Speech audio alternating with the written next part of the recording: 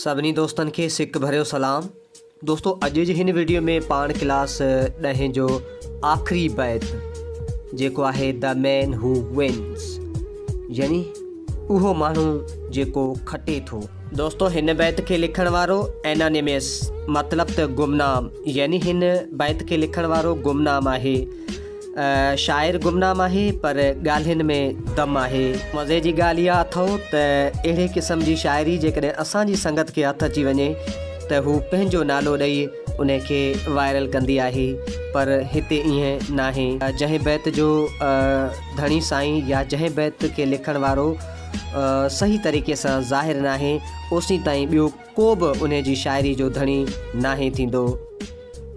दोस्तों इन बैत जो सेंट्रल आइडिया अथव ऐं हिन बैत में गुमनाम शाइर इहो यकीन ॾियारे थो त सेल्फ कॉन्फिडेंस खां ई माण्हू कामयाबु थी सघे थो। सिर्फ़ु जेका कामयाबी या नाकामी जेका डिपेंड करे थी माण्हू जी सोच ते।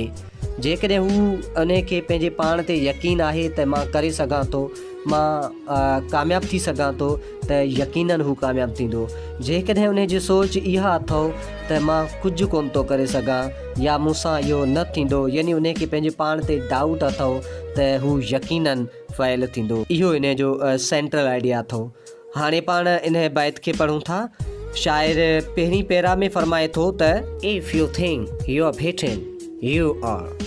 If you think you dare not, you don't.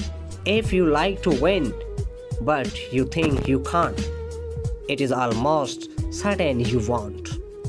दोस्तों इन्हनि सिटनि जो सिंधी में मतिलबु ईअं अथव, जीअं पहिरीं लाइन आहे त जेकॾहिं तव्हां सोचो था त मां हारजी वियो आहियां त यकीनन तव्हां हारजी वेंदो। वरी ॿी लाइन चए थी त जेकॾहिं तूं सम्झी थो या तव्हां सम्झो था त मूं में मुक़ाबले करण जी ताक़त या सघ नाहे, हिमत नाहे, त तव्हां कॾहिं बि खटी कोन सघंदो। जेकॾहिं तव्हां खटणु चाहियो था पर तव्हां सोचियो आहे त मां नथो करे सघां, त तव्हां कॾहिं बि करे न सघंदो। त इन जो कंक्लूडिंग ईअं थींदो त माण्हू जी सोच ते डिपेंड करे थो। जेकॾहिं हू पॉज़िटिवली सोचे थो त yes I can, than U विल। ठीकु आहे। जेकॾहिं तव्हां सोचो था आई डोंट या I can't, then you don't. दोस्तों शाइर पैरा नंबर 2 में फरमाए थो if you think you shall loss, you are lost. For out in the world we find success begins with a fellow will. It's all in the state of mind. पहिरीं line जो मतिलबु अथई त जेकॾहिं तव्हां सोचियो था त मां ज़िंदगी जी जंग हाराईंदुसि, त ज़ाहिरी आहे तव्हां हाराए वेंदो। ॿी सिट जो मतिलबु अथई, चए थो त पूरी दुनिया में असांजो इहो हिकिड़ो तजुर्बो रहियो आहे त कामयाबी जी शुरूआति असांजे पकनि इरादनि सां थिए थी ऐं उहा हालति फ़क़्ति सोच सां थिए थी। मतिलबु त कामयाबी जी शुरूआति सोच सां थिए थी। जीअं तव्हांखे ख़बर आहे अॼु असां हिकिड़े परअमन मुल्क, असांजो प्यारो पाकिस्तान, जंहिं में आज़ादी सां पंहिंजी ज़िंदगी गुज़ारे रहिया आहियूं, इहो कंट्री अलामा इक़बाल जी हिकु सोच जो नतीजो आहे। यानी उन जे दिमाग़ में ख़्यालु आयो ऐं उन ख़्याल ते हुन कमु कयो। यानी कामयाबी जी शुरूआति हिकिड़े ख़्याल सां थिए थी।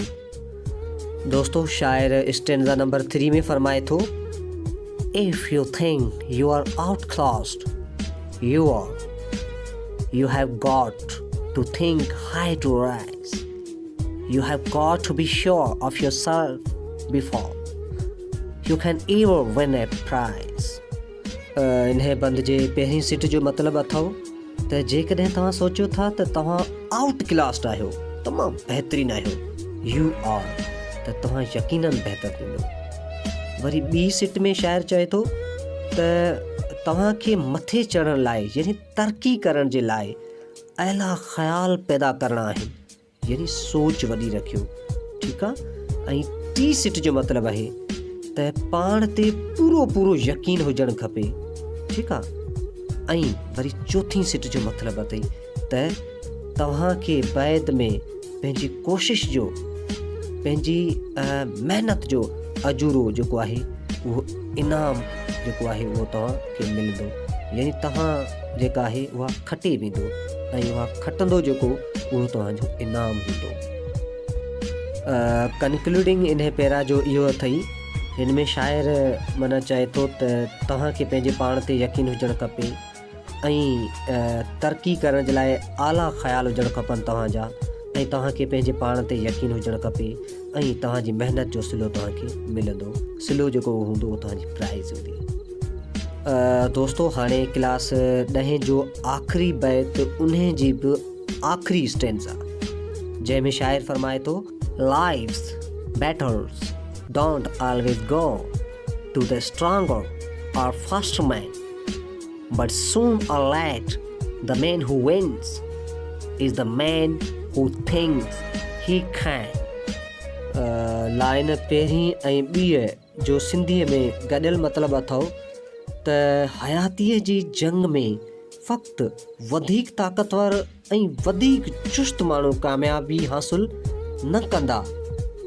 ऐं लाइन 3 जो मतिलबु हिते अथई, पर जल्दी या देरि सां उहो ई माण्हू उहा जंग खटे थो जंहिंखे यकीन आहे त पाण ते पूरो एतमाद आहे ऐं हू जंग हू खटे वेंदो। दोस्तो होपफुली तव्हांखे ही बैत बि सम्झ में आयो हूंदो। इन द लास्ट हमेशह जीअं सभिनी दोस्तनि सां इहा ई रिक्वेस्ट त प्लीज़ चैनल खे सब्सक्राइब कयो। मां यूट्यूब स्टूडियो में इहो ॾिठो आहे त जेके मुंहिंजा सब्सक्राइबर्स आहिनि उहे मूंखे घटि ॾिसंदा आहिनि ऐं मुंहिंजा वीडियोज़ उहे दोस्त वधि खां वधि ॾिसंदा आहिनि जिन्हनि मुंहिंजे चैनल खे सब्सक्राइब ई नाहे कयो। त दोस्तो तव्हां बि जेकॾहिं अहिड़ी लिस्ट में आहियो त प्लीज़ चैनल खे सब्सक्राइब कयो। ॾिसो तव्हांजे सब्सक्राइब करण सां मां हमेशह चवंदो आहियां ₹1 जो नुक़सानु न थींदो, पर असां यूट्यूबर्स जी हौसला अफ़ज़ाई थी वेंदी। सो काइंडली चैनल खे सब्सक्राइब कयो, बेल आइकन खे बि दॿाए छॾियो ऐं पंहिंजे दोस्तनि खे इन चैनल जे हवाले सां ॿुधायो। सो प्यारा दोस्तो, हाणे मिलंदासीं कंहिं ॿिए बैत में, कंहिं ॿिए वीडियो में। हाणे मां कोशिशि कयां पियो त class first year and inter जी इंग्लिश बि तव्हां दोस्तनि जी ख़िदमत में हाज़ुर कजे। सो होपफुली गॉड अल्लाह ताला असांजी रहनुमाई कंदो। सो पंहिंजी सेहत जो ख़्यालु रखिजो, अम्मा बाबा जो ख़्यालु रखिजो। अल्लाह निगहबान।